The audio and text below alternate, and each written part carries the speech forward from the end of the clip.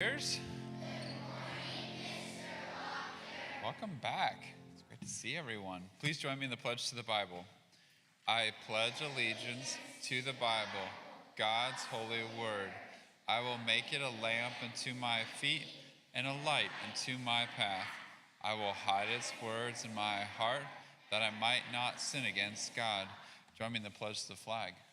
I pledge allegiance to the flag of the United States of America, and to the republic for which it stands, one nation, under God, indivisible, with liberty and justice for all. Well, after a good long break, it's good to review the rules of our school to reset everything. So let's try those. First one is obey. Fear God. Honor others. Do your work. Do everything. Great. And this week, we'll have Mrs. Atkinson again as she continues our talk on the virtue of courage. So welcome, Mrs. Atkinson.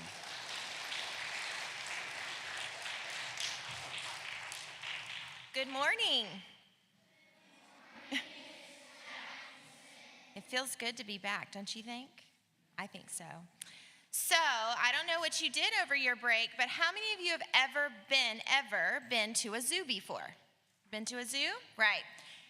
Did you ever see the lion's den at the zoo? Yes. So, did the zookeepers let you go in and pet the lions and cuddle them? No. That's right. Of course they wouldn't. Lions are not cuddly, friendly pets, are they? No. Lions are fierce and mighty, and they could hurt you pretty bad. So today I want to tell you about a story in the Bible about a courageous man named Daniel. One time, he had to spend the night in a lion's den. Daniel was given a top job in the kingdom of Darius because he was a faithful and very hard worker. He was a really good guy. This made the other princes very jealous of Daniel, and the only way that they could find fault in him was to make a law that was against his religious beliefs. The princes tricked the king and got him to pass a law that said no one could ask any favors or petitions to God or man except to the king for the next 30 days. Well, Daniel was a man of prayer, and he had a habit of praying 3 times a day. Daniel knew of the law, but he continued to pray each day as he always had done. King Darius liked Daniel, but when the princes told him that Daniel had broken the law, the king had to punish Daniel. He had to follow what the law was put in place.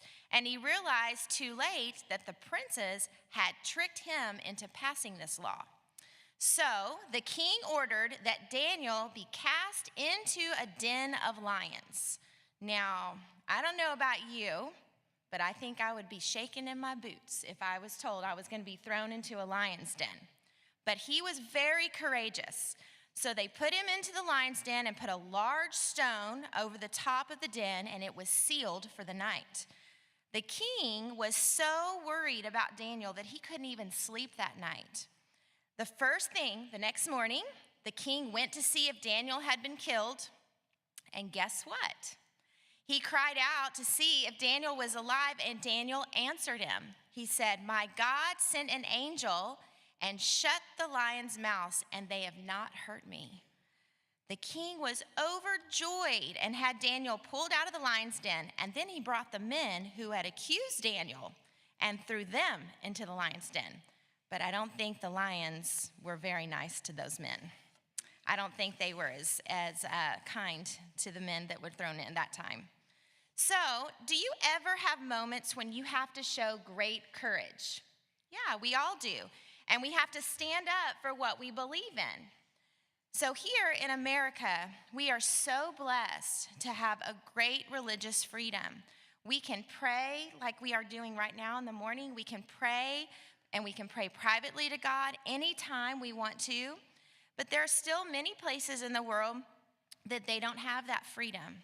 But we can look to Daniel as an example of great courage and stand up for our religious beliefs and our religious freedom and be faithful to Jesus at all costs. So, Daniel had the courage, but was also a great man of faith and prayer.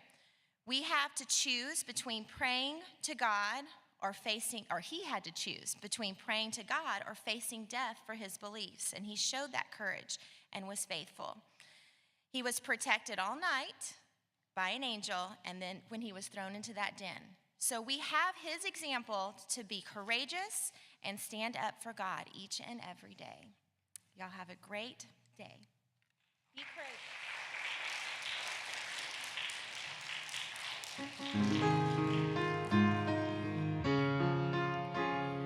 Why should I feel discouraged?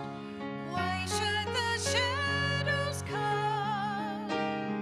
Why should my heart be lonely and long for heaven home? When Jesus is my portion, my constant friend is He. His eye is on the sparrow, and I know He watches me. His eye is on the sparrow, and I know He watches me. Let not your heart be troubled. His tender word I hear, and resting on His goodness, I lose my doubt and fear. Though by the path He leadeth, but one step I may see.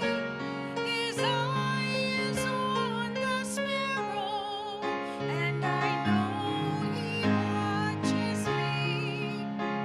His eye is on the sparrow, and I know He watches me. Whenever I am tempted, whenever clouds arise, when songs give place to sighing, when hope within me dies, I draw the closer to Him. From care He sets me free. His eye is on the sparrow, and I know He watches me.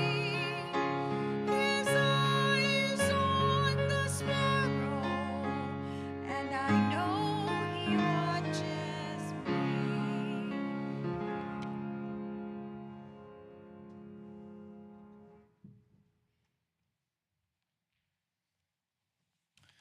We are glad that you are back. We're glad that you had a great break. And now it's time to get to work here at school. And the most important things that we want you to start with is making sure that we are starting off with a great start on our Monday.